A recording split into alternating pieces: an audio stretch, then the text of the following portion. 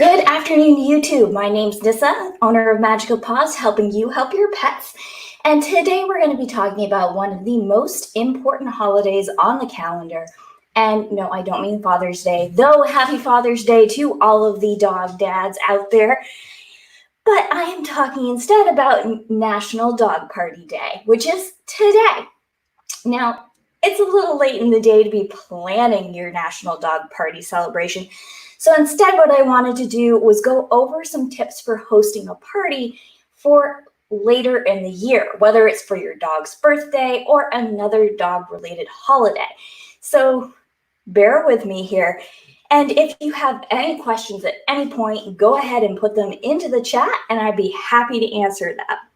So what I want to just go over is six ideas and tips for making a great National Dog Party Day party or a dog party in general.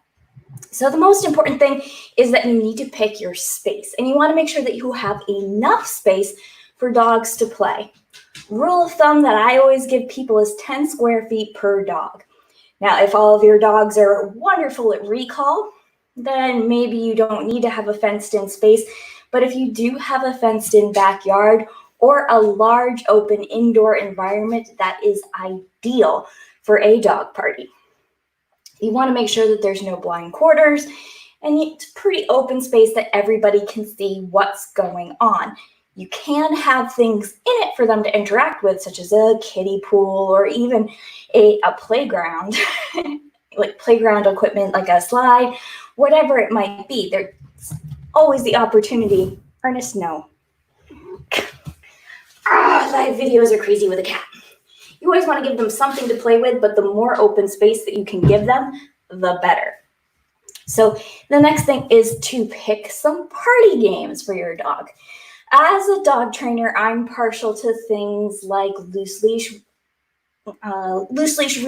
walking games, recall games, basically any game that'll reinforce a specific behavior. Some of the more popular ones are different relays where you have to do different commands to pass it on to the next dog, or you can do an egg and spoon race while walking your dog on leash, because that way if they pull, the egg goes flying.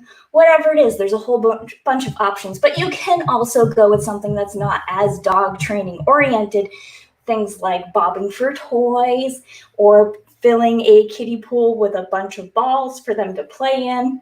There's all sorts of options, but whatever works best for the crowd that you have.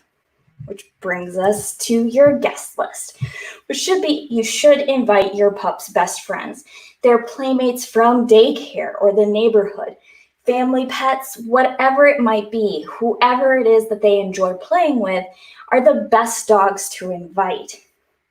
You also want to make sure there is plenty of food to go around.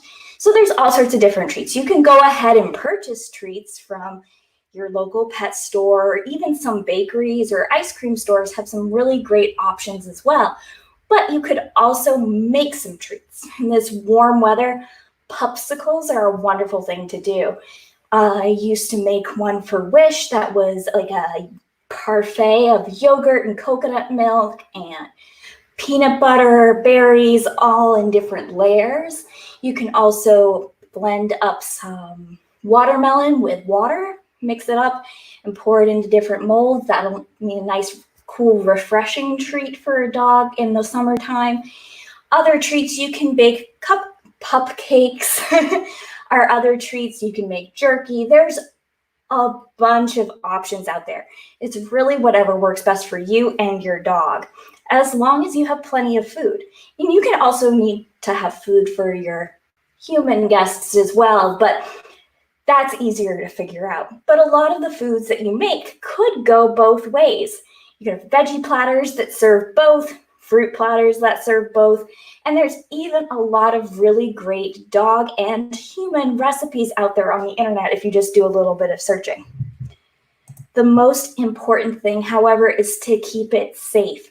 Regardless of how many dogs are there and how well socialized they are, there is always the potential for some skirmishes. So you want to keep your eye on things. Make sure you're paying attention to dogs' body languages, paying attention to those little subtle cues that show that a dog is uncomfortable, whether it's yawning or licking their lips, curling their lip a little bit, ears back, or how they're carrying their tail.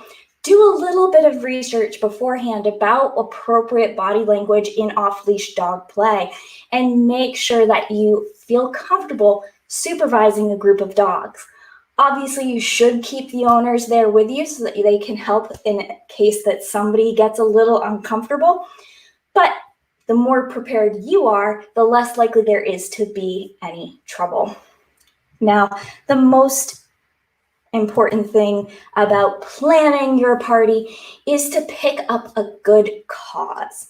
So you can either do a fundraiser for a different charity or welfare group, but the most common thing, and honestly one of the most helpful things to do, would be to collect dog toys, food, and treats to take to a local shelter. They will really appreciate the donations, plus it's something simple and easy for people to pick up and bring with them. If you are having a birthday party for your dog, these could all be things that they keep for themselves. But if your dog is anything like my dog, they have more than enough toys and could stand with a few fewer treats. So make sure that you are thinking of a place to take all of those donations. They would really appreciate it. So those are my main tips for hosting a dog party, and I really want to hear about how your dog parties go. So if you want, please share them on Facebook or Instagram and tag us at Magic of Paws.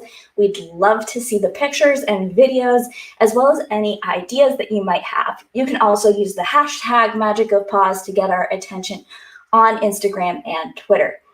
But if you have any questions at any time, or you want some more inspiration for your dog party, don't hesitate to reach out to us either in the comments below or sending us a message directly through our website. We'd love to hear from you. Have a great day, everybody.